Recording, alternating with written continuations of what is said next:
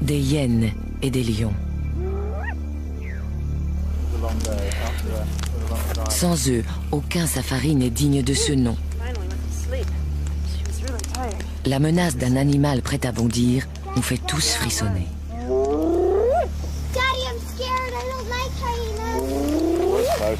Don't worry about it, Hope. We've got these scaries.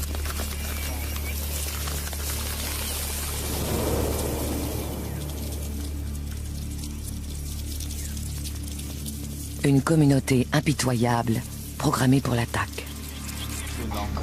Yeah, moi c'est bon.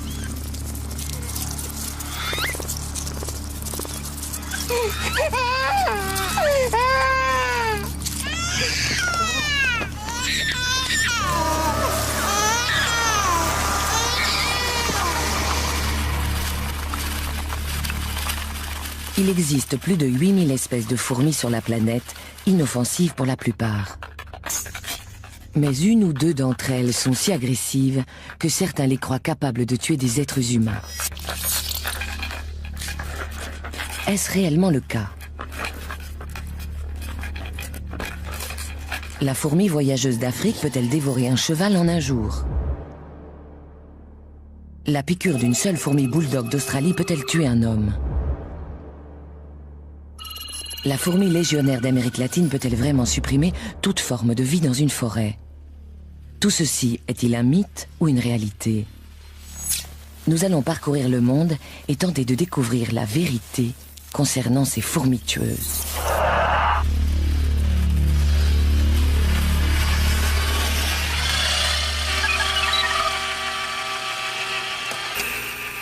Voici Landcam, la caméra à fourmis conçue pour s'infiltrer là où nul autre objectif n'est encore allé explorer.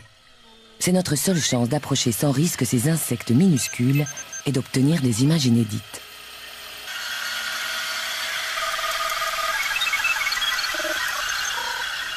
Après des années de mise au point, Landcam est enfin prête à prendre la route.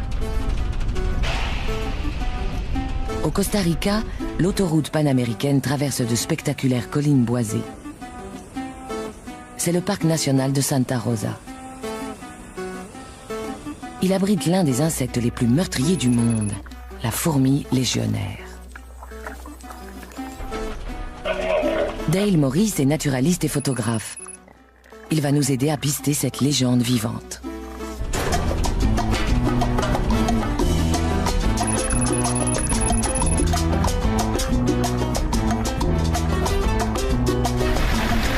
C'est vraiment un environnement à fourmis, non? Oui, tout à fait. Il y a beaucoup de vieux arbres par ici, et j'espère y trouver une colonie.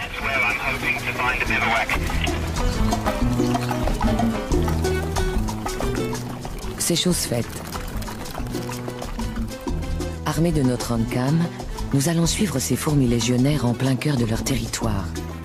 Si l'on en croit les films d'horreur, elles détruisent tout sur leur passage.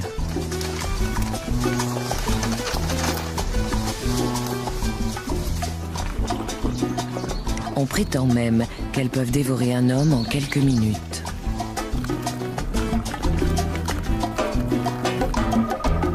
La colonie composée d'1 million d'individus est installée dans ce tronc d'arbre.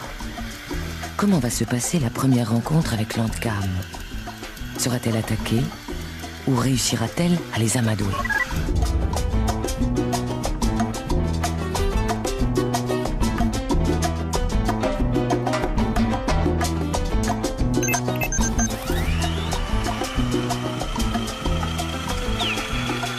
Jusque-là, le système fonctionne parfaitement.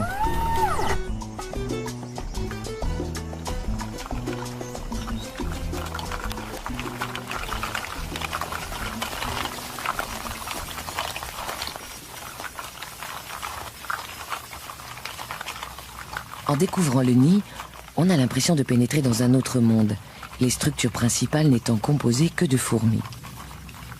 Plusieurs millions de pattes sont reliées les unes aux autres par des crochets spéciaux, formant des câbles et des supports qui servent également d'ascenseur et de galerie à la colonie. À mesure que Landcam s'enfonce dans le nid, le spectacle devient encore plus déroutant. Chez les fourmis légionnaires, la division du travail atteint des proportions incroyables. Il y a des sentinelles, des ménagères, des fantassins et des nourrices, tous issus d'une même reine.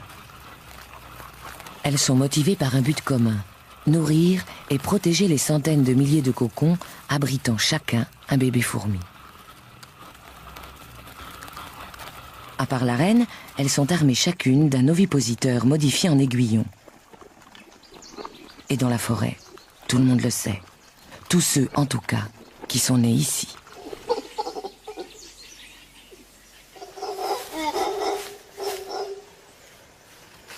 Le jour où il a décidé d'étudier seul une colonie, Dale Morris a commis une grosse erreur.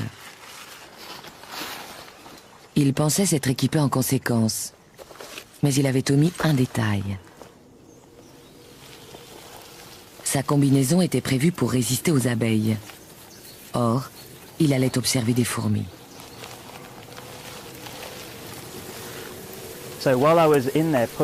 J'essayais de faire sortir les fourmis qui me recouvraient peu à peu. Quand j'ai commencé à sentir des piqûres vers le visage, le cou et autour des yeux. Ce n'était pas normal du tout. J'ai alors concentré ma vision sur les contours du masque et j'ai vu plein de fourmis entrer à l'intérieur. Je me suis dit, mais qu'est-ce que j'ai fait? Pris de panique, j'ai commencé à enlever ma combinaison et j'ai oublié que les poignets étaient très serrés.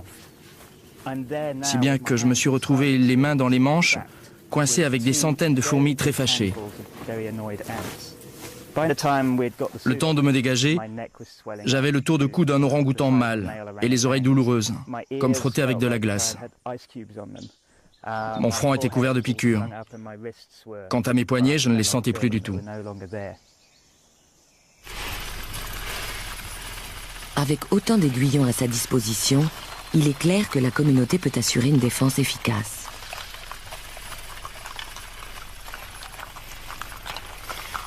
Avant toute chose, la colonie doit pourvoir à son approvisionnement en nourriture. Quel est alors son plan d'attaque?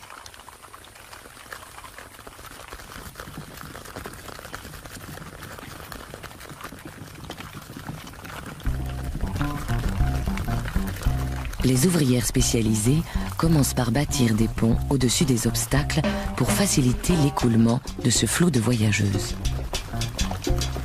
Au moment du départ, il peut passer jusqu'à 6000 fourmis par minute. Elles choisissent alors une direction plus ou moins perpendiculaire à celle de la chasse précédente, afin de ne pas sillonner les mêmes territoires. Elles ne s'accordent aucune minute de répit, et sont 300 000 à partir ainsi en chasse pour le compte de la communauté.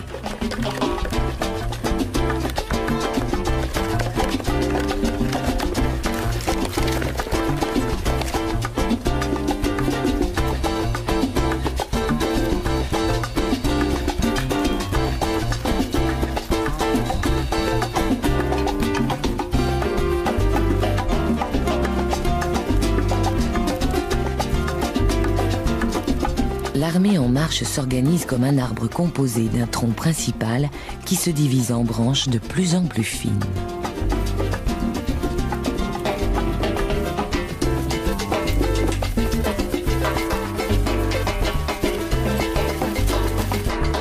Les fourmis ne passent pas inaperçues. Après plusieurs millions d'années, leurs proies ont appris à repérer leur langage olfactif et fuient au plus vite le massacre à venir.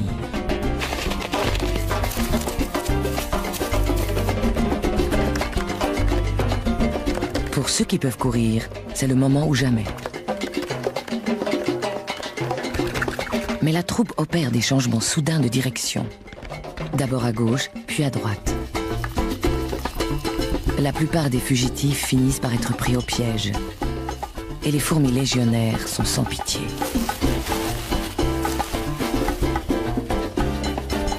Un scorpion reçoit plusieurs centaines de doses de venin. Quelques secondes plus tard, il est submergé. Les fourmis peuvent ainsi immobiliser des adversaires qui font plusieurs centaines de fois leur taille. Voilà pourquoi certains se demandent si les êtres humains ne figurent pas eux aussi au menu des fourmis légionnaires. Cependant, les tortues semblent facilement distancer leur avant-garde.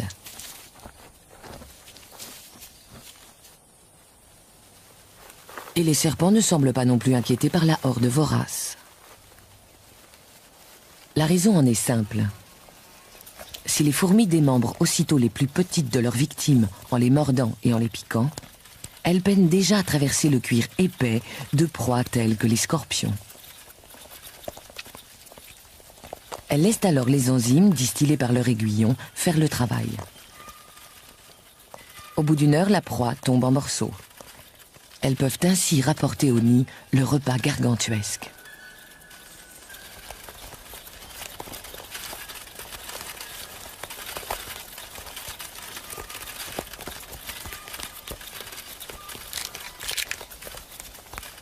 La plupart des fantassins font également office de porteurs. Leurs mandibules sont conçues pour transporter et non pour couper. Comme dans toute armée, le commandement est réparti. Chacun des porteurs assume un rôle de chef et recrute de l'aide pour traîner le gibier jusqu'à la fourmilière. Dans l'ensemble, cependant, le commandement et le système de contrôle restent mystérieux. Les fourmis transmettent et captent des messages chimiques très complexes. Mais cet alphabet n'a été que partiellement décrypté.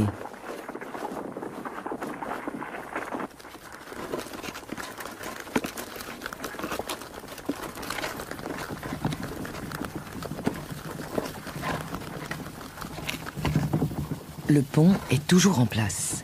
Il évite un long détour aux porteurs.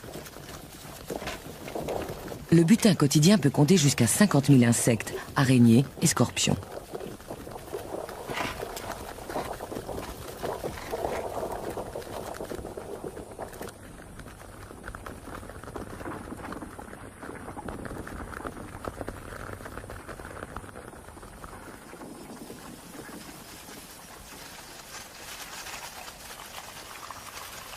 À l'intérieur, les nouvelles réserves de nourriture sont réparties équitablement au sein de la communauté.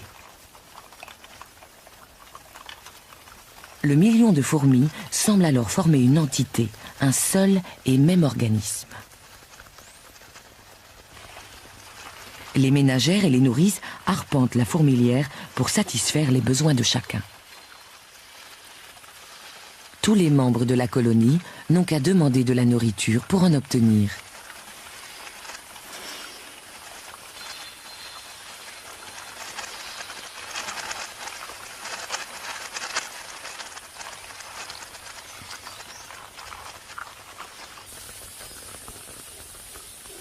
À la tombée de la nuit, il y a de l'agitation dans l'air.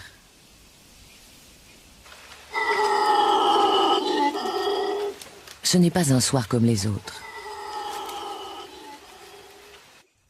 Habituellement, au crépuscule, les fourmis s'accordent un moment de repos et font un peu de rangement après une longue journée de pillage. Les ménagères emportent les déchets vers le tas d'ordures. Mais aujourd'hui, c'est différent. Voici les cocons abandonnés par les 50 000 ouvrières qui viennent de voir le jour.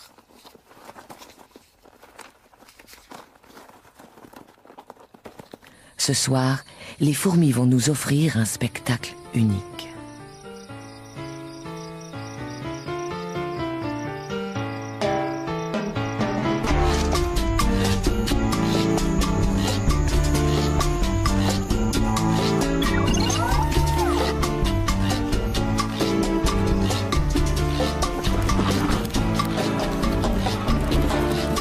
La colonie tout entière s'apprête à lever le camp et commence par déplacer soigneusement les larves.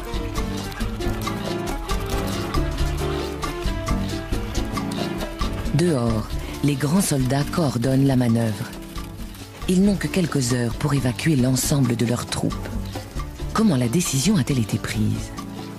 La reine gouverne-t-elle en monarque absolu ou les ouvrières ont-elles exprimé un vote chimique? Quoi qu'il en soit, personne ne proteste. C'est l'une des merveilles du monde naturel. La migration massive d'1 million de fourmis en une seule soirée.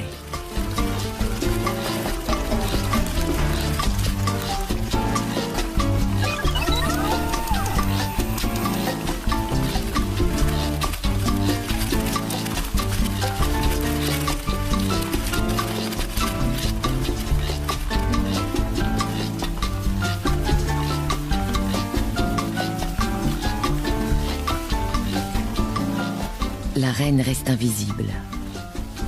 Elle échappe aux lumières inquisitrices de Landcam en se dissimulant derrière sa garde personnelle. Seule une lumière infrarouge, invisible pour les fourmis, mais pas pour notre caméra, permet de traverser cet écran de sécurité et d'entrevoir sa majesté.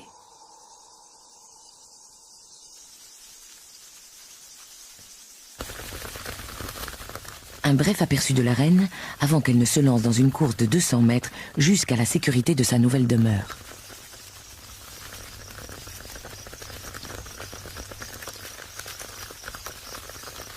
Pour la colonie, c'est le début d'une période d'errance. Pendant les 3 semaines à venir, les fourmis se déplaceront toutes les nuits en quête de nouveaux territoires de chasse.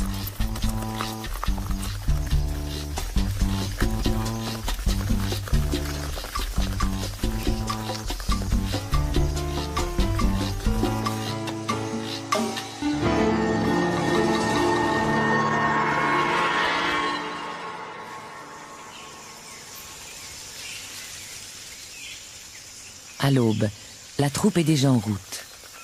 Il n'y a pas de temps à perdre. Les nouveau-nés ont faim. Bientôt, les fourmis arrivent à l'entrée du centre de recherche de la forêt tropicale de Santa Rosa. Quel genre de nourriture espèrent-elles trouver ici? Et quelles sortes d'offensives peuvent-elles mener contre les humains? Elles font d'abord le tour de leurs victimes habituelles, dont certaines se réfugient dans des lieux insolites.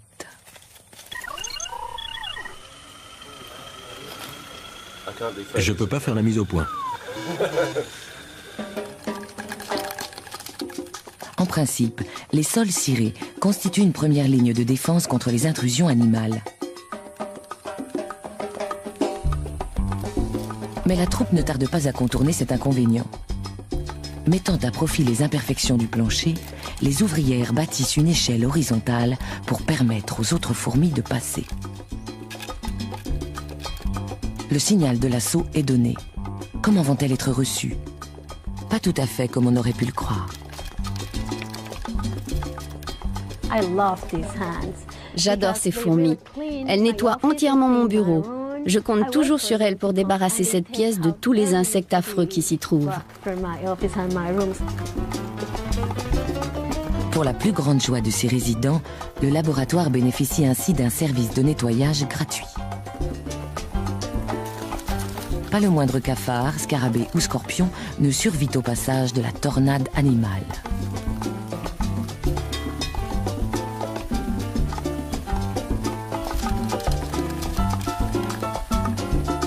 Et qu'en pensent les gens qui vivent en dehors du parc? Comment les fermiers et les éleveurs costaricains accueillent-ils la visite surprise d'1 million de fourmis?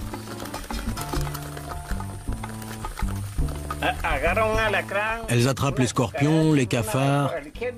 Quand elles viennent, elles emportent tout ça avec elles.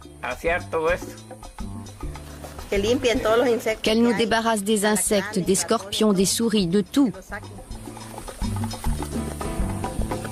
Dans la forêt, les fourmis légionnaires sont sans doute les tueurs les plus féroces et les plus efficaces.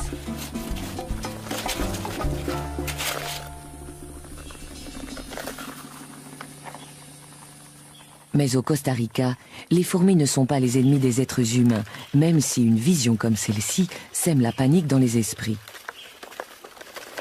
Qui prendrait le temps de réfléchir face à un demi-million de fourmis en marche?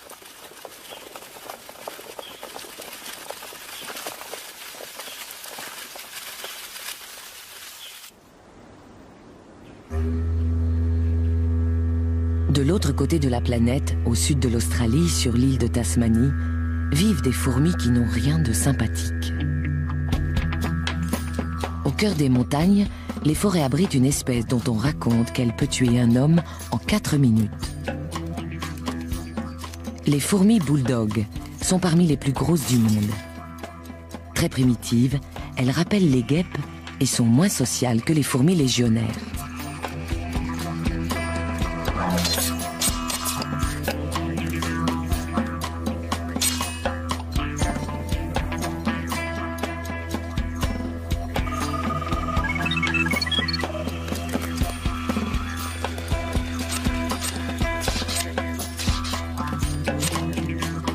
Les fourmis bulldog sont grandes, voire gigantesques, et leur comportement est parfois carrément menaçant.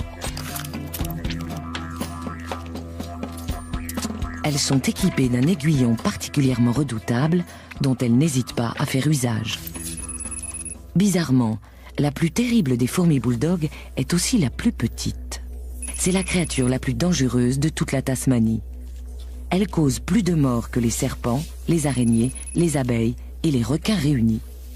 Voici la fourmi sauteuse. Les fourmis sauteuses vivent en petites colonies de quelques centaines d'individus. Dans les forêts de Tasmanie, elles transportent des pierres pour recouvrir leur nid. Ces cailloux absorbent la chaleur du soleil et protègent ainsi les chambres de couvée de la fraîcheur de la nuit.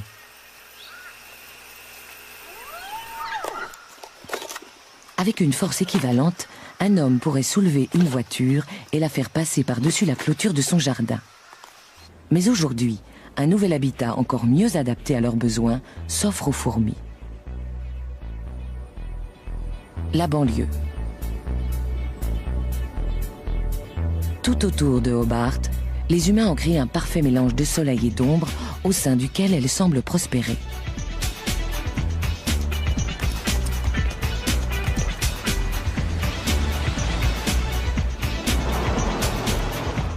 Désormais, ces fourmis sont ici chez elles. Mais l'accueil du voisinage n'est pas franchement cordial.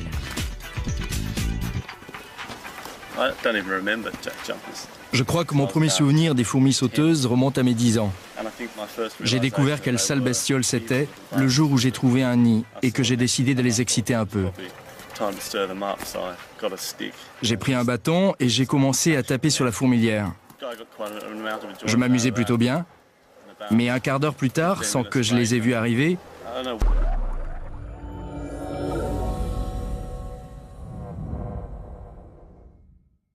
deux d'entre elles se sont glissées dans mon pantalon.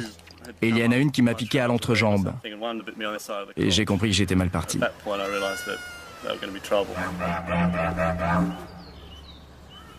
Pour beaucoup de Tasmaniens, la première piqûre marque le début d'une haine viscérale.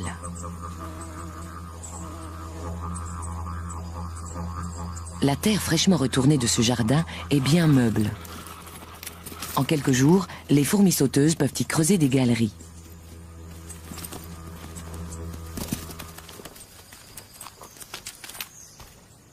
Le nouveau nid peut passer inaperçu pendant plusieurs semaines. Il y a suffisamment de soleil ici pour éviter aux fourmis d'aller chercher des pierres. Elles s'adonnent alors à leur passe-temps préféré, l'agression. Dès que l'Andcam s'approche de trop près, elles montrent leur vraie nature. Dotées d'une excellente vision, elles nous repèrent immédiatement et ne craignent pas de se battre si nécessaire.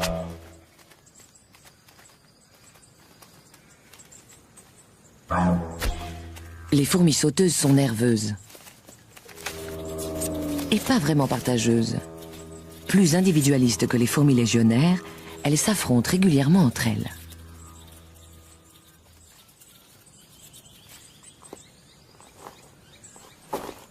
Ces combats singuliers ont pour enjeu la domination du nid. Les autres n'interviennent pas.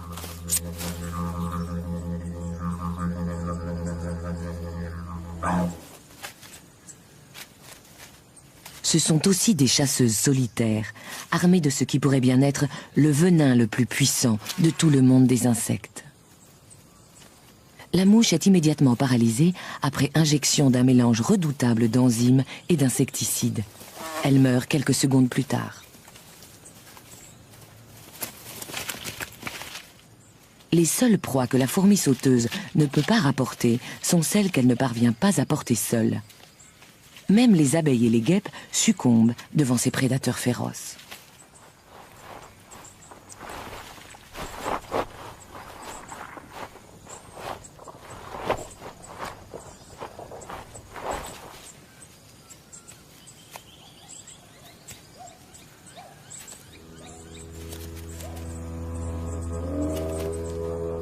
Ce sont de vraies guerrières. Les moindres mouvements ou vibrations les mettent en alerte. Et bien souvent, nous en faisons les frais.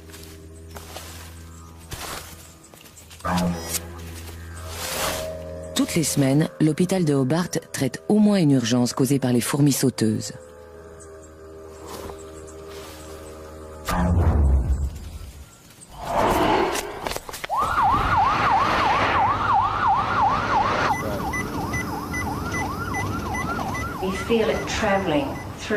On sent le venin voyager dans le corps et ça devient chaud, comme si un liquide brûlant courait dans vos veines. Très vite, le corps tout entier cesse de fonctionner. En à peine quelques minutes. On sent la vie s'échapper, c'est vraiment terrifiant. Cette fois-ci, elle s'en sort bien. Une injection d'adrénaline la ramène à la vie. La dernière fois, il s'est passé 7 minutes entre le moment où on a appelé l'ambulance et le moment où elle est arrivée. On ne sentait déjà plus mon pouls, ni aucune des fonctions vitales. Le docteur Simon Brown est spécialisé dans le traitement des chocs anaphylactiques, les réactions allergiques graves. Environ 1% de la population présente des antécédents de réactions graves, exigeant un traitement à l'adrénaline. Ça fait 4000 personnes susceptibles de mourir en cas de piqûre. Le chercheur tente de mettre au point une solution ingénieuse à cette menace.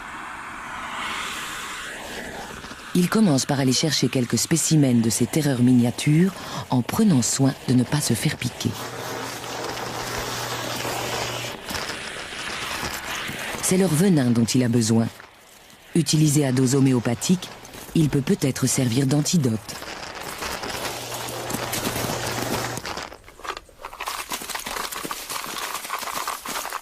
Il les enferme dans une boîte spécialement conçue pour exploiter les fameuses attaques des fourmis sauteuses en les soumettant à de brèves impulsions électriques.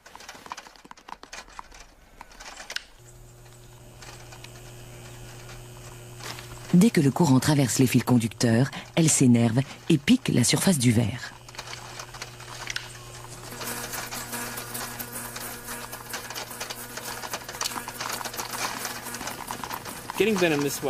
Avec cette méthode, on obtient à peu près 10 microgrammes de venin par fourmi. C'est beaucoup de travail, mais comme ça, on n'a pas à les tuer et on peut les ramener au nid. C'est écologique, d'autant plus qu'on s'est attaché à elles ces dernières années.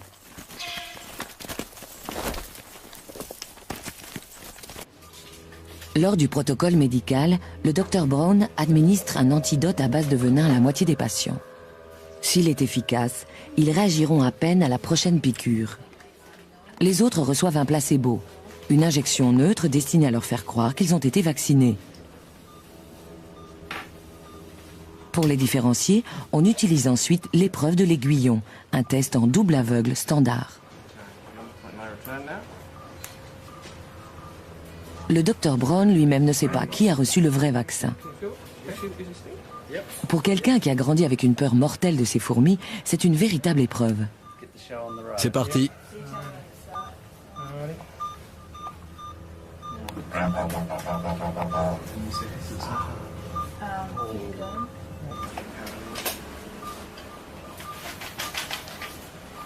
Après quelques minutes, il est clair que Brent fait une réaction.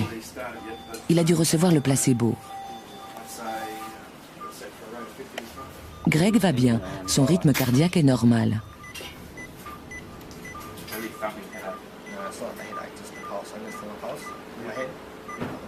Le visage de Brent devient rouge. Son pouls s'emballe. Sa tension artérielle monte en flèche. Il présente tous les symptômes d'un choc anaphylactique. Son corps déclenche une réaction de panique face à l'invasion du venin. Sans adrénaline, il pourrait mourir en quelques minutes d'une crise cardiaque ou de suffocation, car l'air ne passe plus dans ses voies respiratoires. Heureusement, là où il se trouve, il ne risque rien.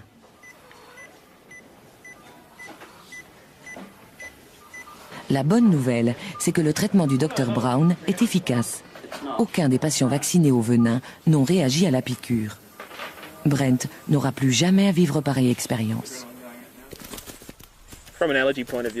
D'un point de vue allergique, la fourmi sauteuse peut être considérée comme la plus dangereuse de toutes les fourmis. Elle est agressive, elle s'éloigne beaucoup du nid et elle pique tout ce qui bouge.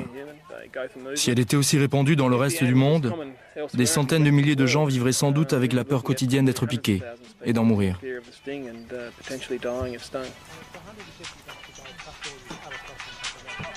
Ainsi, la fourmi sauteuse est une véritable tueuse. Mais elle ne choisit pas de nous tuer. Pas plus qu'elle ne nous considère comme un éventuel repas. Il se trouve juste que nous sommes sensibles à son venin.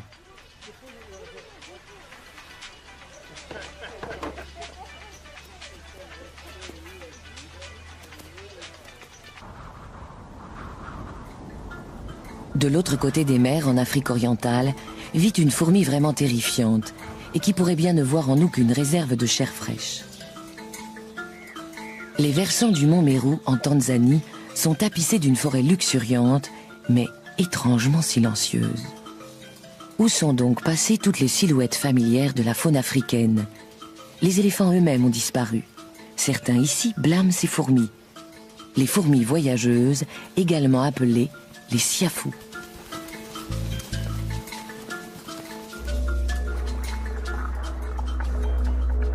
On raconte qu'elles peuvent dévorer un cheval en une seule journée. Récemment, on leur a reproché la disparition mystérieuse d'un touriste au Congo. Alors, sont-elles vraiment mortelles?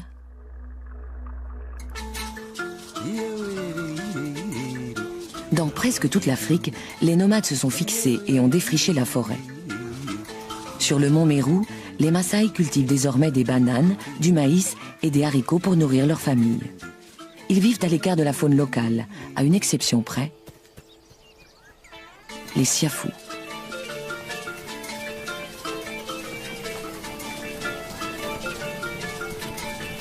Tout comme les fourmis légionnaires, les siafous voyagent en quête de nourriture, avec cependant une différence fondamentale.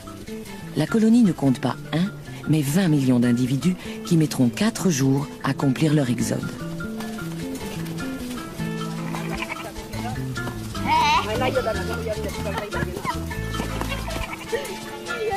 Les siafous inspirent sans aucun doute le respect et personne ne cherche à les déranger.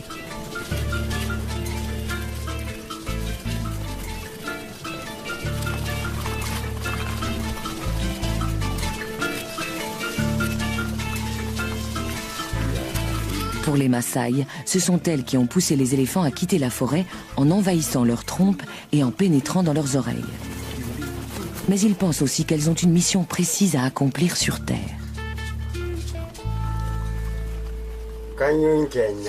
C'est Dieu qui a créé les siafous pour que cet endroit reste propre. Elle nous débarrasse des cadavres. Landcam en main, nous allons tenter de faire la part du mythe et de la réalité. Merde! Contrairement aux légionnaires, les siafous n'ont pas d'aiguillon. Mais leurs mandibules extraordinairement acérées tranchent à peu près n'importe quoi. Et dès que les grandes ouvrières ont découpé le cuir de leurs victimes, leurs petites sœurs peuvent attaquer la chair plus tendre. Je crois que je vais battre en retraite. Je m'avoue vaincu. Siafou 1, réalisateur 0. D'où l'utilité de Landcam. Elle ne connaît pas la douleur.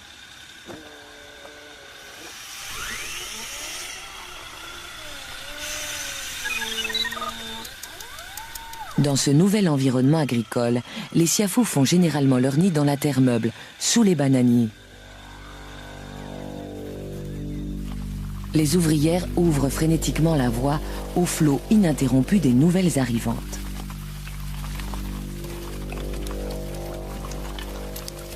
Elles sont totalement aveugles. Tous les ordres se transmettent par le toucher et l'odorat. Leurs corps sont couverts d'émetteurs et de capteurs chimiques.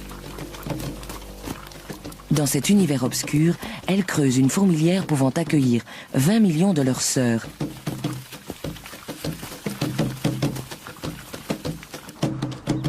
L'alternance de migration et de forage se poursuit jour et nuit. Les pluies approchent et un extraordinaire spectacle va bientôt commencer.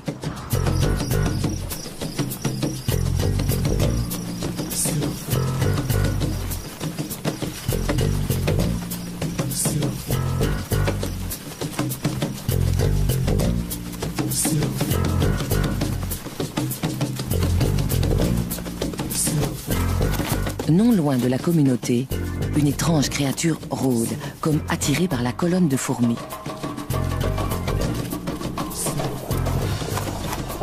On la surnomme la mouche saucisse.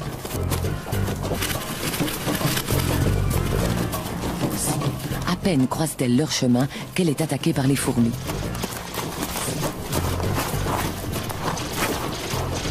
Celle-ci ne la tue pas. On dirait même qu'elle l'attendait. En fait, il s'agit d'un mâle siafou. C'est la plus grande fourmi du monde. Il transporte assez de sperme pour engendrer 500 millions de bébés fourmis. Pas de démonstration d'affection. Les fourmis le clouent au sol et lui coupent les ailes, faisant de lui leur prisonnier.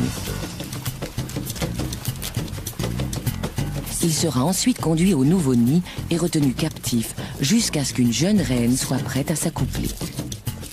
La communauté n'a besoin que de son sperme.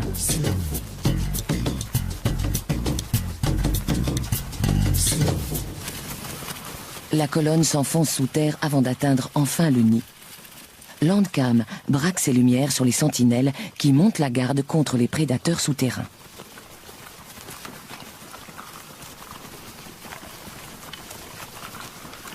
À l'entrée de leur nouvelle colonie, les siafous se livrent à un incroyable exercice d'organisation. Chaque minute voit arriver 6000 fourmis qui transportent presque toutes une de leurs sœurs. Les nouveau-nés, les larves et les œufs doivent être nettoyés puis stockés. Comment accomplissent-elles un tel exploit? On sait que tout se fait par le biais de messages chimiques. Chaque fourmi annonce où elle a été, ce qu'elle transporte et si elle a besoin de nourriture. C'est une sorte d'internet des insectes qui permet de relier et d'informer plus de 20 millions d'individus.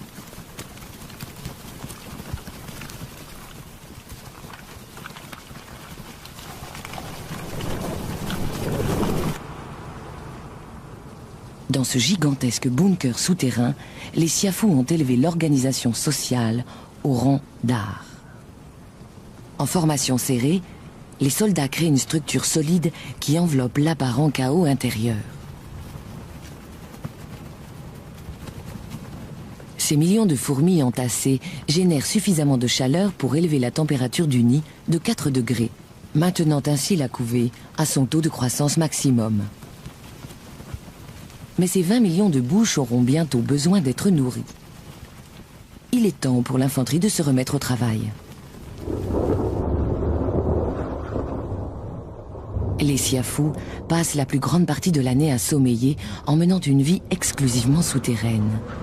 Mais avec l'arrivée des pluies, l'air se remplit d'insectes. Et c'est ce qui attire les fourmis à la surface. Les plus féroces prédateurs d'Afrique émergent alors par millions.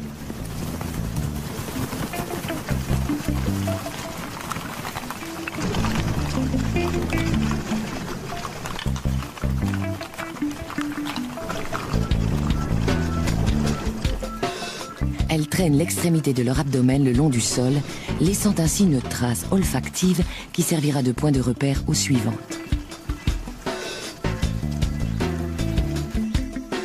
Elles se dirigent vers un champ de haricots. Pour tous ceux qui s'y trouvent, c'est l'apocalypse.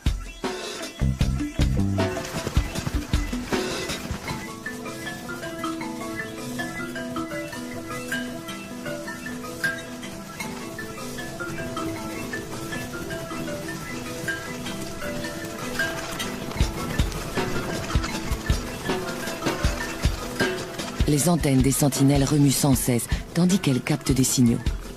Elles sont attentives au moindre changement dans l'air, à la moindre menace. Regardez.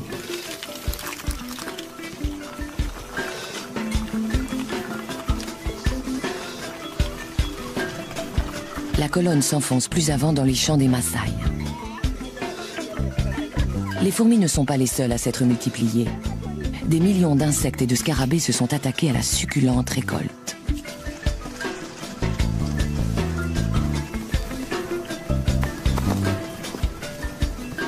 Cette fois, les siafous ne font aucun prisonnier. Avec une extraordinaire rapidité, elles appellent d'autres recrues sur le front.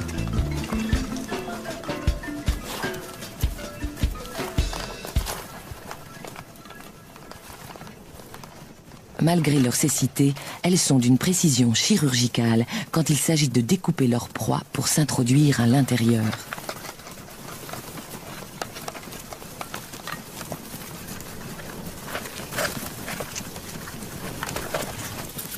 Même les chenilles armées de poils venimeux ne ralentissent pas la cadence des fourmis.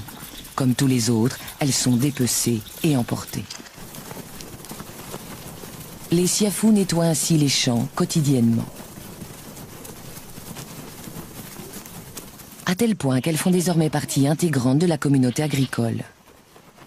Chaque colonie de fourmis détruit en moyenne 2 millions d'insectes nuisibles par jour. 2 millions d'animaux qui s'attaquent régulièrement aux moyens de subsistance des fermiers.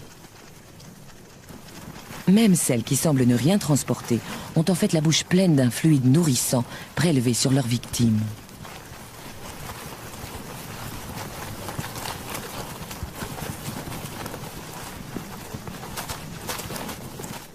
C'est une sorte de désinsectisation naturelle, et les fermiers Maasai mesurent parfaitement la valeur de leur intervention.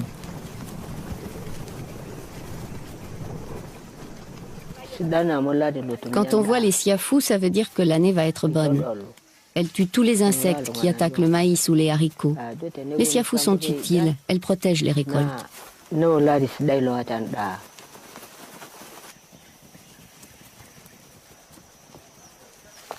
Tout ce qui est comestible et ne parvient pas à fuir est tué et dévoré. Les souris, les rats et les serpents sont tous au menu.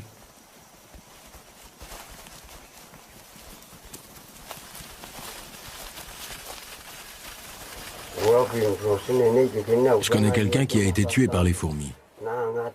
Peut-être qu'il était ivre ou malade, mais en tout cas, on l'a retrouvé le lendemain matin, recouvert de siafous.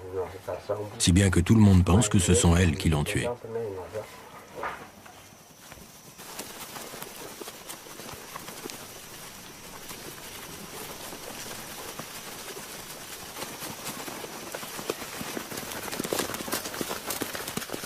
Les siafous ont un goût prononcé pour la chair humaine, et leurs troupes sont innombrables.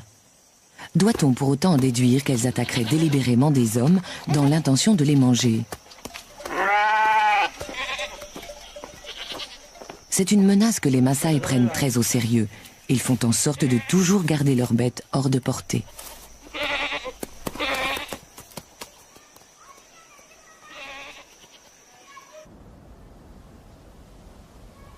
Quand la fraîcheur du soir envahit les versants de la montagne, les fourmis partent généralement dormir.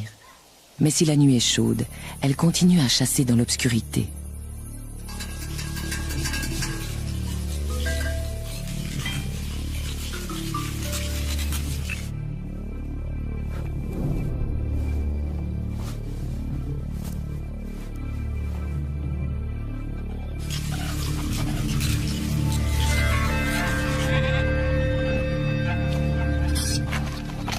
Les volailles sont enfermées dans le poulailler, à l'abri des mangoustes.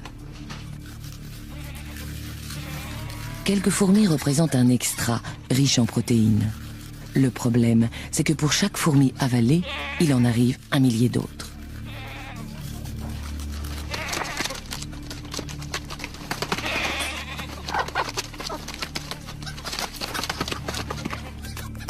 Conscientes du danger, la plupart des bêtes tâchent aussitôt de s'enfuir.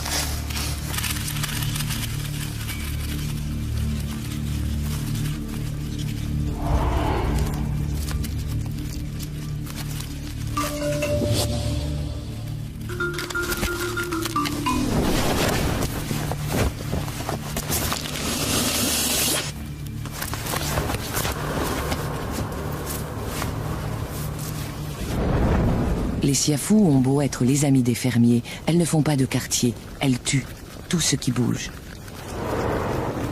Le feu est le seul moyen de les arrêter, mais pour les poules, il est déjà trop tard.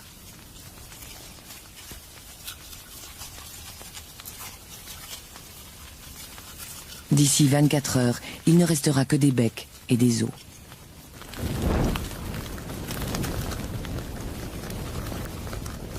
Pour les siafous, la mort d'une centaine de milliers de soldats est sans conséquence. C'est une perte superficielle et la campagne de la nuit reste un succès. Les Maasai considèrent les fourmis comme une nuisance, parfois même comme un danger. Cependant, elles sont utiles à la ferme. Ils les comprennent et s'accommodent de leur présence.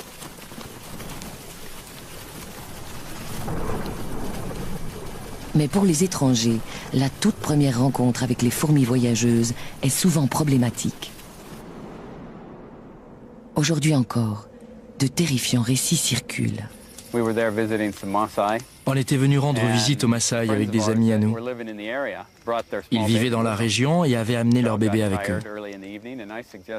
L'enfant était fatigué, si bien que j'ai suggéré de le mettre au lit. Je leur ai montré la tente et je suis revenu près du feu, où j'ai continué à profiter de la soirée. Et puis tout d'un coup, le bébé s'est mis à hurler. On a couru à la tente. Il était couvert de siafous. C'était affreux. Je suis sûr que si on n'était pas arrivé, les fourmis auraient pu facilement le tuer.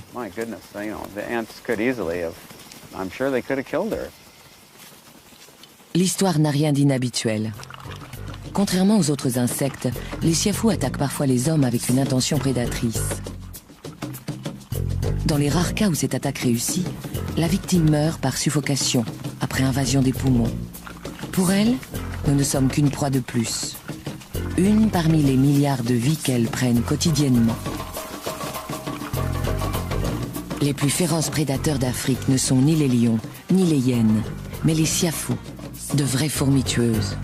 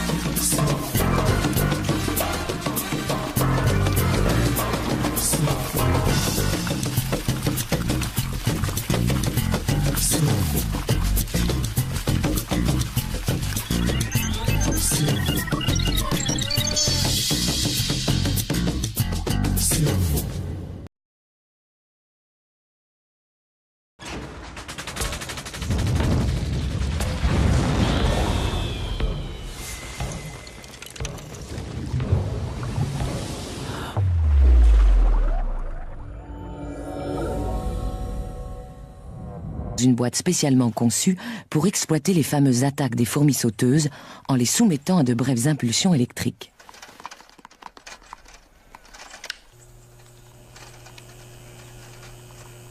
Dès que le courant traverse les fils conducteurs, elles s'énervent et piquent la surface du verre.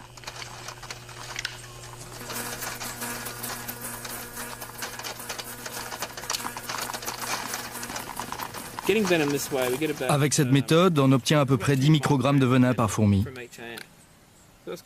C'est beaucoup de travail, mais comme ça, on n'a pas à les tuer et on peut les ramener au nid.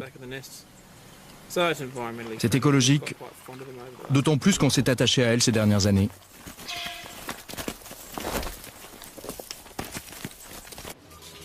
Lors du protocole médical, le Dr Brown administre un antidote à base de venin à la moitié des patients. S'il est efficace, ils réagiront à peine à la prochaine piqûre. Les autres reçoivent un placebo, une injection neutre destinée à leur faire croire qu'ils ont été vaccinés. Pour les différencier, on utilise ensuite l'épreuve de l'aiguillon, un test en double aveugle standard.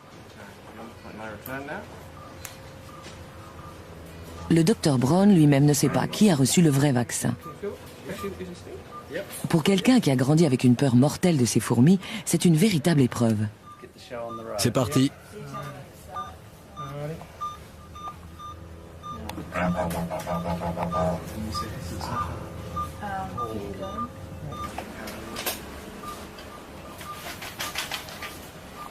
Après quelques minutes, il est clair que Brent fait une réaction.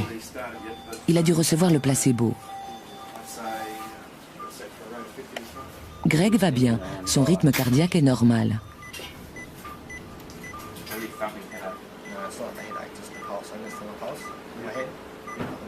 Le visage de Brent devient rouge. Son pouls s'emballe. Sa tension artérielle monte en flèche. Il présente tous les symptômes d'un choc anaphylactique. Son corps déclenche une réaction de panique face à l'invasion du venin. Sans adrénaline, il pourrait mourir en quelques minutes d'une crise cardiaque ou de suffocation, car l'air ne passe plus dans ses voies respiratoires. Heureusement, là où il se trouve, il ne risque rien.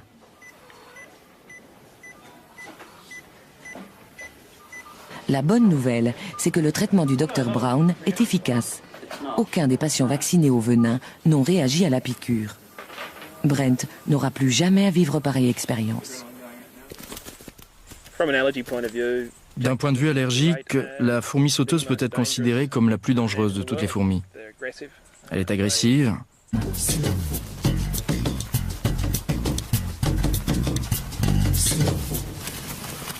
La colonne s'enfonce sous terre avant d'atteindre enfin le nid.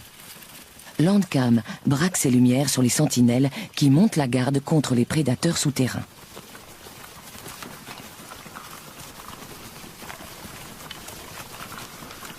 À l'entrée de leur nouvelle colonie, les Siafous se livrent à un incroyable exercice d'organisation. Chaque minute voit arriver 6000 fourmis qui transportent presque toutes une de leurs sœurs. Les nouveau-nés, les larves et les œufs doivent être nettoyés puis stockés. Comment accomplissent-elles un tel exploit?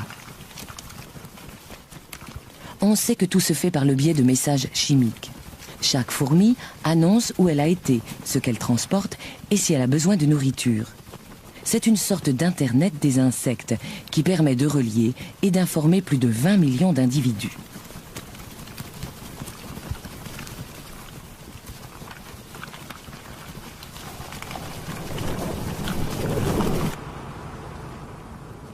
Dans ce gigantesque bunker souterrain, les Siafous ont élevé l'organisation sociale au rang d'art. En formation serrée, les soldats créent une structure solide qui enveloppe l'apparent chaos intérieur. Ces millions de fourmis entassées génèrent suffisamment de chaleur pour élever la température du nid de 4 degrés, maintenant ainsi la couvée à son taux de croissance maximum. Mais ces 20 millions de bouches auront bientôt besoin d'être nourries. Il est temps pour l'infanterie de se remettre au travail. Les Siafous passent la plus grande partie de l'année à sommeiller en menant une vie exclusivement souterraine. Mais avec l'arrivée des pluies, l'air se remplit d'insectes. Et c'est ce qui attire les fourmis à la surface. Les plus féroces prédateurs d'Afrique émergent alors par millions.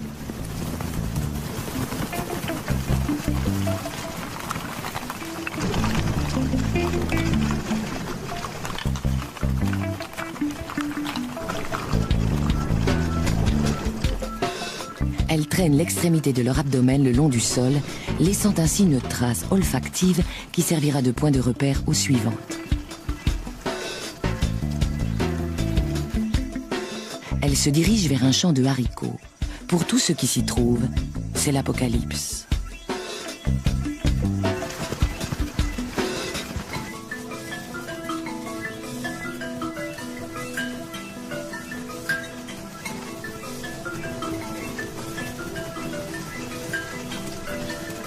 Sale bestiole c'était le jour où j'ai trouvé un nid et que j'ai décidé de les exciter un peu.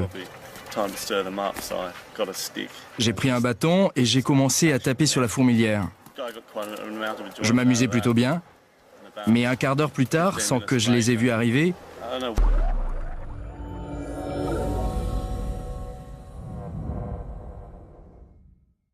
deux d'entre elles se sont glissées dans mon pantalon. Et il y en a une qui m'a piqué à l'entrejambe. Et j'ai compris que j'étais mal parti.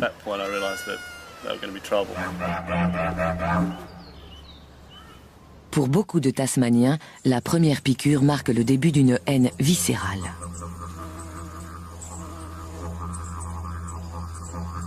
La terre fraîchement retournée de ce jardin est bien meuble. En quelques jours, les fourmis sauteuses peuvent y creuser des galeries.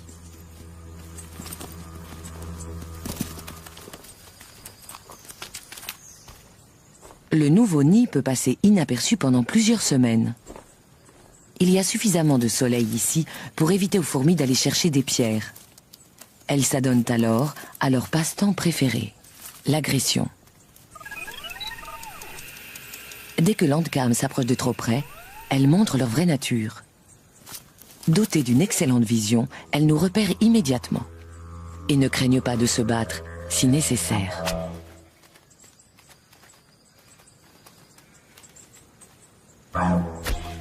Les fourmis sauteuses sont nerveuses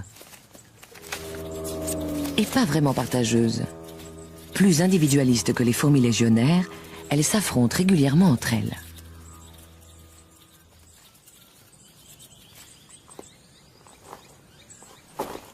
Ces combats singuliers ont pour enjeu la domination du nid. Les autres n'interviennent pas.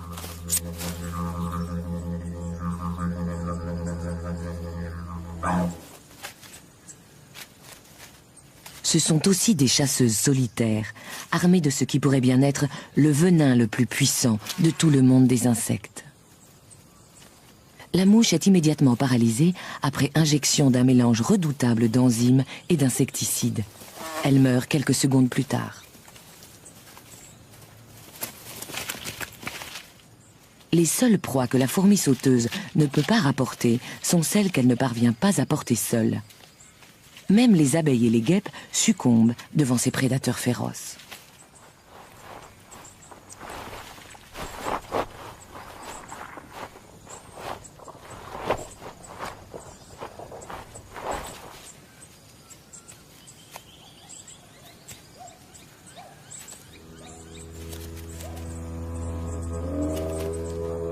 Ce sont de vraies guerrières. Je peux pas faire la mise au point. En principe, les sols cirés constituent une première ligne de défense contre les intrusions animales. Mais la troupe ne tarde pas à contourner cet inconvénient. Mettant à profit les imperfections du plancher, les ouvrières bâtissent une échelle horizontale pour permettre aux autres fourmis de passer. Le signal de l'assaut est donné. Comment vont-elles être reçues? Pas tout à fait comme on aurait pu le croire. J'adore ces fourmis. Elles nettoient entièrement mon bureau. Je compte toujours sur elles pour débarrasser cette pièce de tous les insectes affreux qui s'y trouvent. Pour la plus grande joie de ses résidents, le laboratoire bénéficie ainsi d'un service de nettoyage gratuit. Pas le moindre cafard, scarabée ou scorpion ne survit au passage de la tornade animale.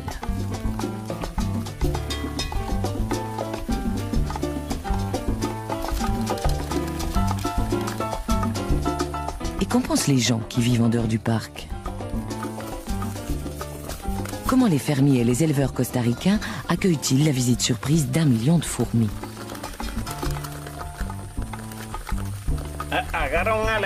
Elles attrapent les scorpions, les cafards. Quand elles viennent, elles emportent tout ça avec elles. Qu'elles nous débarrassent des insectes, des scorpions, des souris, de tout. Dans la forêt, les fourmis légionnaires sont sans doute les tueurs les plus féroces et les plus efficaces.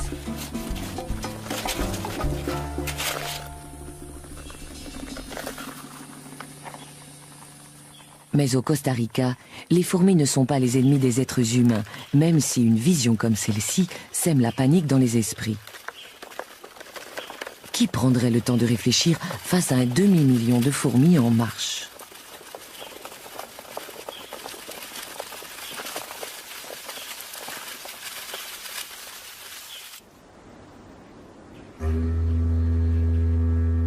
De l'autre côté de la planète, au sud de l'Australie, sur l'île de Tasmanie, vivent des fourmis qui n'ont rien de sympathique.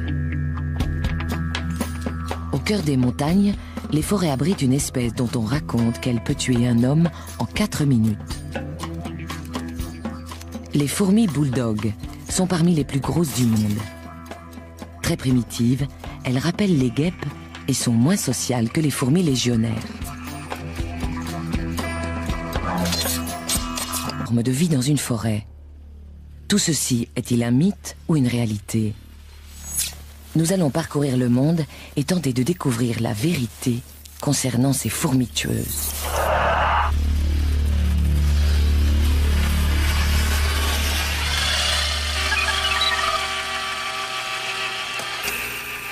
Voici Landcam, la caméra à fourmis conçue pour s'infiltrer là où nul autre objectif n'est encore allé explorer. C'est notre seule chance d'approcher sans risque ces insectes minuscules et d'obtenir des images inédites.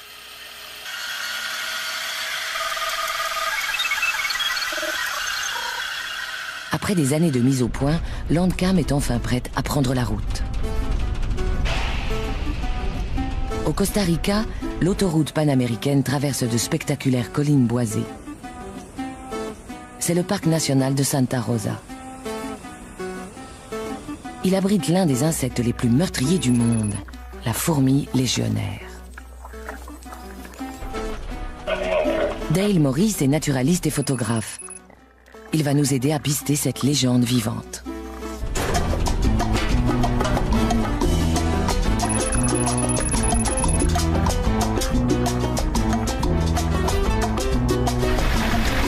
C'est vraiment un environnement à fourmis, non? Oui, tout à fait. Il y a beaucoup de vieux arbres par ici, et j'espère y trouver une colonie.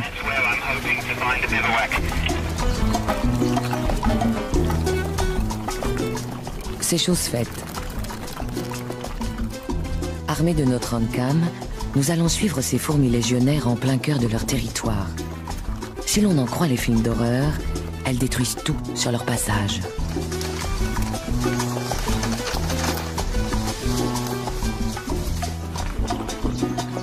On prétend même qu'elles peuvent dévorer un homme en quelques minutes.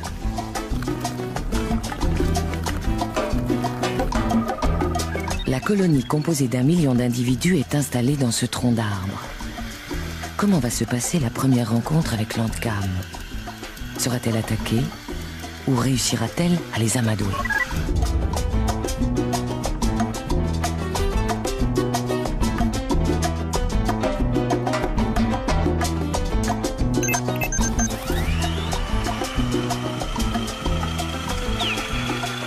Jusque-là, le système fonctionne parfaitement.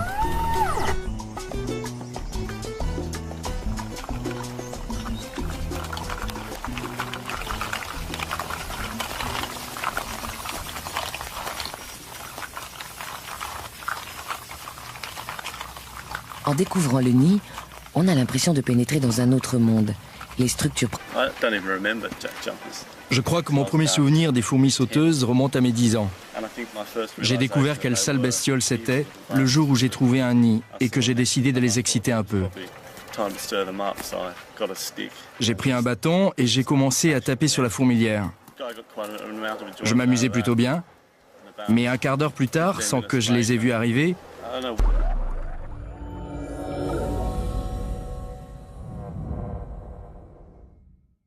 deux d'entre elles se sont glissées dans mon pantalon. Et il y en a une qui m'a piqué à l'entrejambe. Et j'ai compris que j'étais mal parti.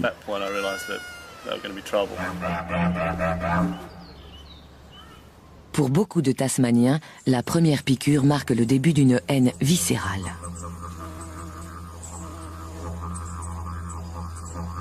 La terre fraîchement retournée de ce jardin est bien meuble. En quelques jours, les fourmis sauteuses peuvent y creuser des galeries.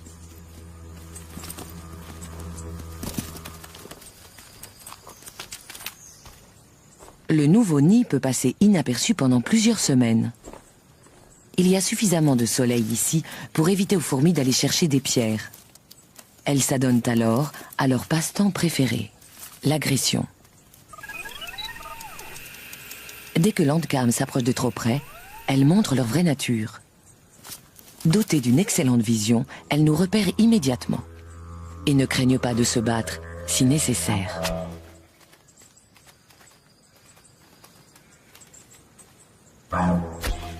Les fourmis sauteuses sont nerveuses et pas vraiment partageuses.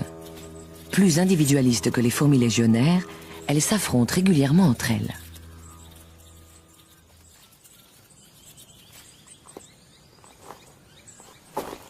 Ces combats singuliers ont pour enjeu la domination du nid. Les autres n'interviennent pas.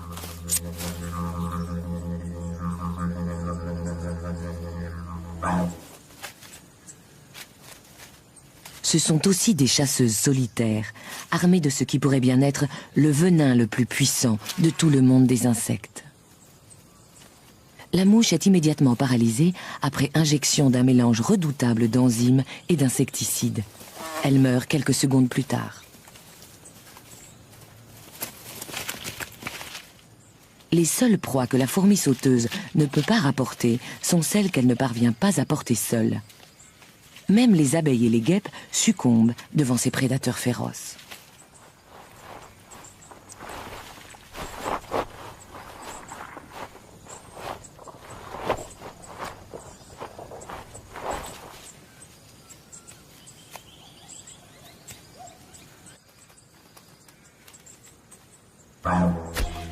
Les fourmis sauteuses sont nerveuses et pas vraiment partageuses. Plus individualistes que les fourmis légionnaires, elles s'affrontent régulièrement entre elles.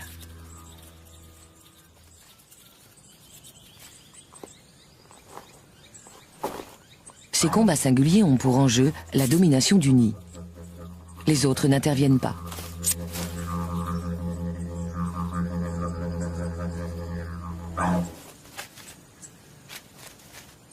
Ce sont aussi des chasseuses solitaires, armées de ce qui pourrait bien être le venin le plus puissant de tout le monde des insectes. La mouche est immédiatement paralysée après injection d'un mélange redoutable d'enzymes et d'insecticides. Elle meurt quelques secondes plus tard. Les seules proies que la fourmi sauteuse ne peut pas rapporter sont celles qu'elle ne parvient pas à porter seule. Même les abeilles et les guêpes succombent devant ces prédateurs féroces.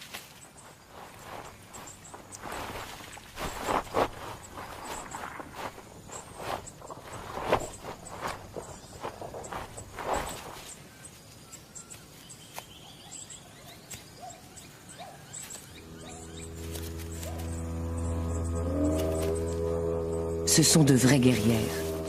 Les moindres mouvements ou vibrations les mettent en alerte. Et bien souvent, nous en faisons les frais.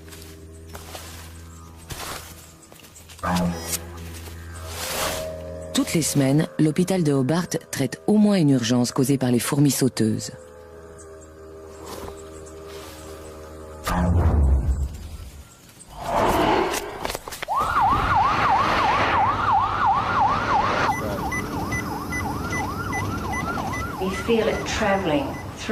On sent le venin voyager dans le corps et ça devient chaud, comme si un liquide brûlant courait dans vos veines. Très vite, le corps tout entier cesse de fonctionner, en à peine quelques minutes. On sent la vie s'échapper, c'est vraiment terrifiant. Cette fois-ci, elle s'en sort bien. Une injection d'adrénaline la ramène à la vie. La dernière fois, il s'est passé 7 minutes entre le moment où on a appelé l'ambulance et le moment où elle est arrivée. On ne sentait déjà plus mon pouls, ni aucune des fonctions vitales. Le docteur Simon Brown est spécialisé dans le traitement des chocs anaphylactiques, les réactions allergiques graves.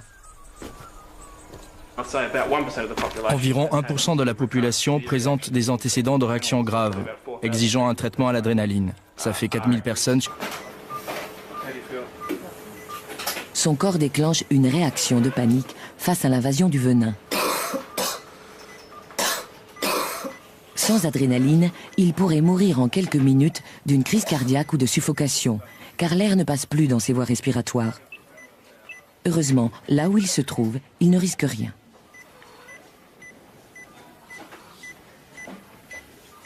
La bonne nouvelle, c'est que le traitement du Dr Brown est efficace. Aucun des patients vaccinés au venin n'ont réagi à la piqûre. Brent n'aura plus jamais à vivre pareille expérience.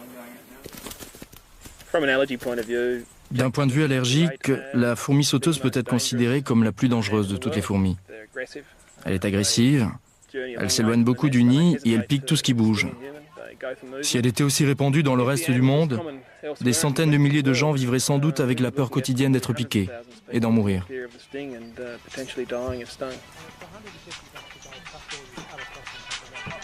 Ainsi, la fourmi sauteuse est une véritable tueuse. Mais elle ne choisit pas de nous tuer. Pas plus qu'elle ne nous considère comme un éventuel repas. Il se trouve juste que nous sommes sensibles à son venin.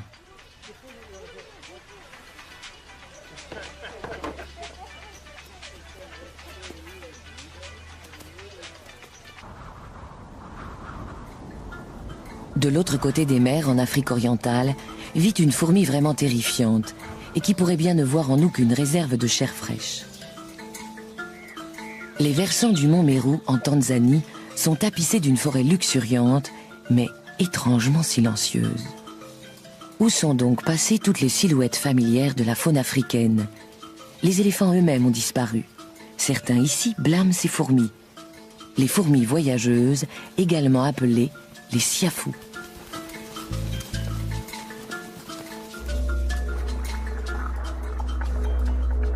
On raconte qu'elles peuvent dévorer un cheval en une seule journée. Récemment, on leur a reproché la disparition mystérieuse d'un touriste au Congo. Alors, sont-elles vraiment mortelles?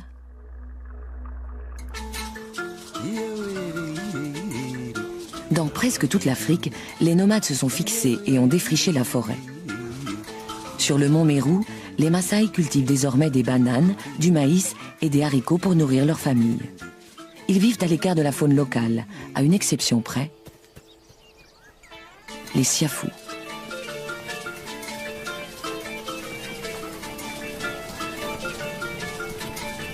Tout comme les fourmis légionnaires, les siafous voyagent en quête de nourriture, avec cependant une différence fondamentale. La colonie ne compte pas 1, mais 20 millions d'individus qui mettront 4 jours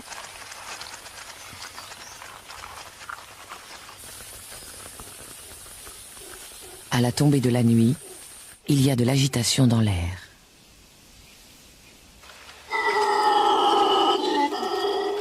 Ce n'est pas un soir comme les autres. Habituellement, au crépuscule, les fourmis s'accordent un moment de repos et font un peu de rangement après une longue journée de pillage. Les ménagères emportent les déchets vers le tas d'ordures. Mais aujourd'hui, c'est différent. Voici les cocons abandonnés par les 50 000 ouvrières qui viennent de voir le jour.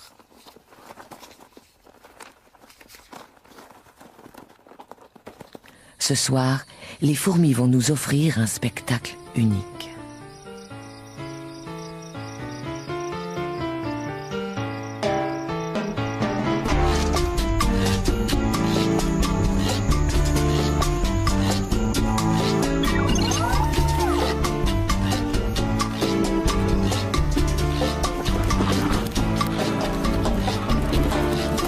La colonie tout entière s'apprête à lever le camp et commence par déplacer soigneusement les larves.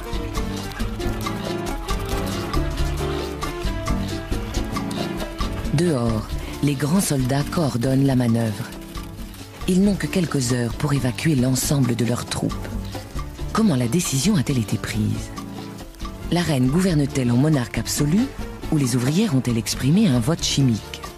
Quoi qu'il en soit, personne ne proteste. C'est l'une des merveilles du monde naturel. La migration massive d'1 million de fourmis en une seule soirée.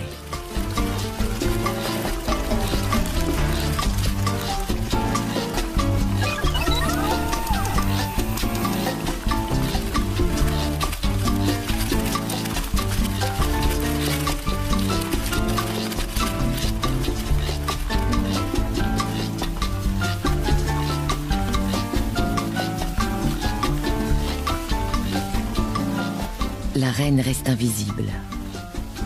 Elle échappe aux lumières inquisitrices de Landcam en se dissimulant derrière sa garde personnelle. Seule une lumière infrarouge, invisible pour les fourmis, mais pas pour notre caméra, permet de traverser cet écran de sécurité et d'entrevoir sa majesté.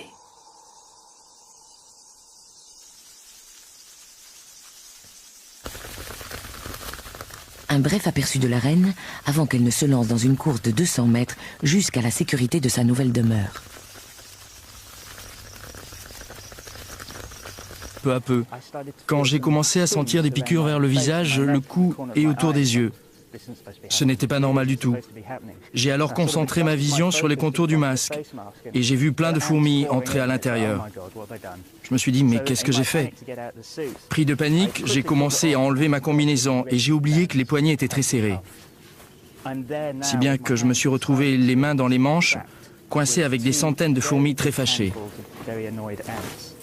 Le temps de me dégager, j'avais le tour de cou d'un orang-outan mâle et les oreilles douloureuses, comme frottées avec de la glace.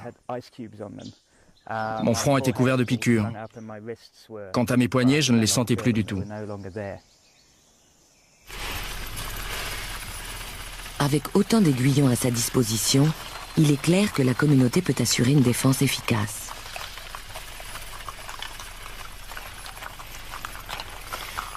Avant toute chose, la colonie doit pourvoir à son approvisionnement en nourriture. Quel est alors son plan d'attaque?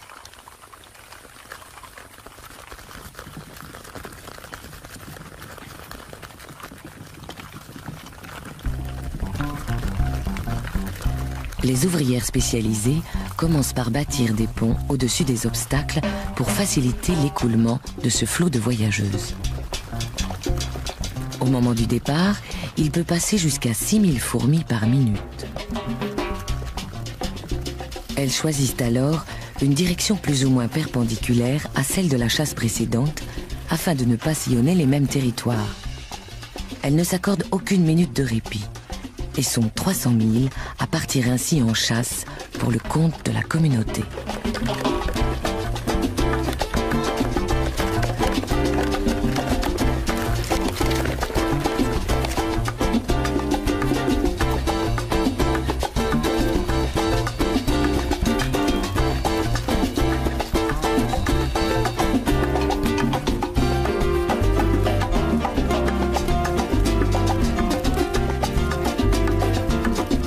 L'armée en marche s'organise comme un arbre composé d'un tronc principal qui se divise en branches de plus en plus fines.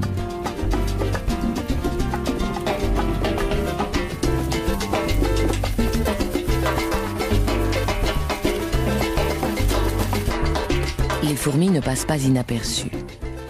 Après plusieurs millions d'années, leurs proies ont appris à repérer leur langage olfactif et fuient au plus vite le massacre à venir.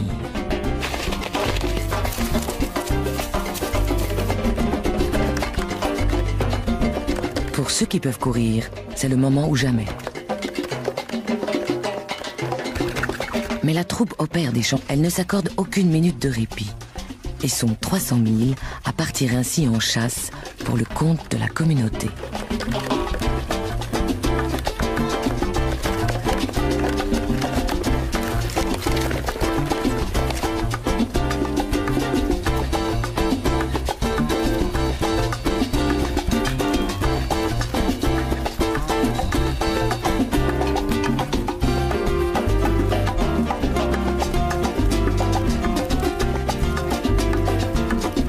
L'armée en marche s'organise comme un arbre composé d'un tronc principal qui se divise en branches de plus en plus fines.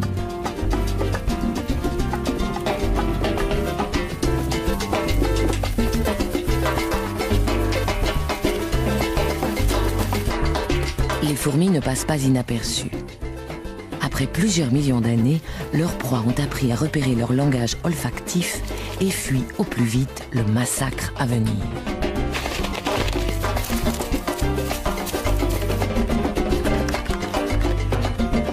Pour ceux qui peuvent courir, c'est le moment ou jamais. Mais la troupe opère des changements soudains de direction. D'abord à gauche, puis à droite.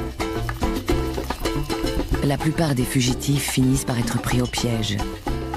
Et les fourmis légionnaires sont sans pitié.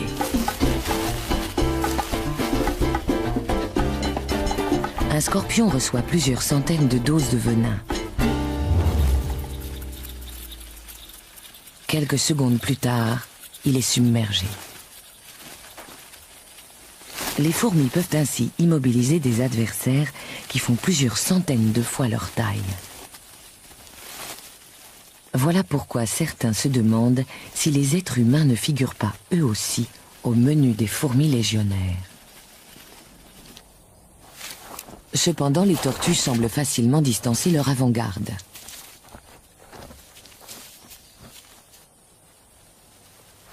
Et les serpents ne semblent pas non plus inquiétés par la horde vorace. La raison en est simple. Si les fourmis démembrent aussitôt les plus petites de leurs victimes en les mordant et en les piquant, elles peinent déjà à traverser le cuir épais de proies telles que les scorpions. Elles laissent alors les enzymes, distillées par leur aiguillon, faire le travail. Au bout d'une heure, la proie tombe en morceaux. Elles peuvent ainsi rapporter au nid le repas gargantuesque.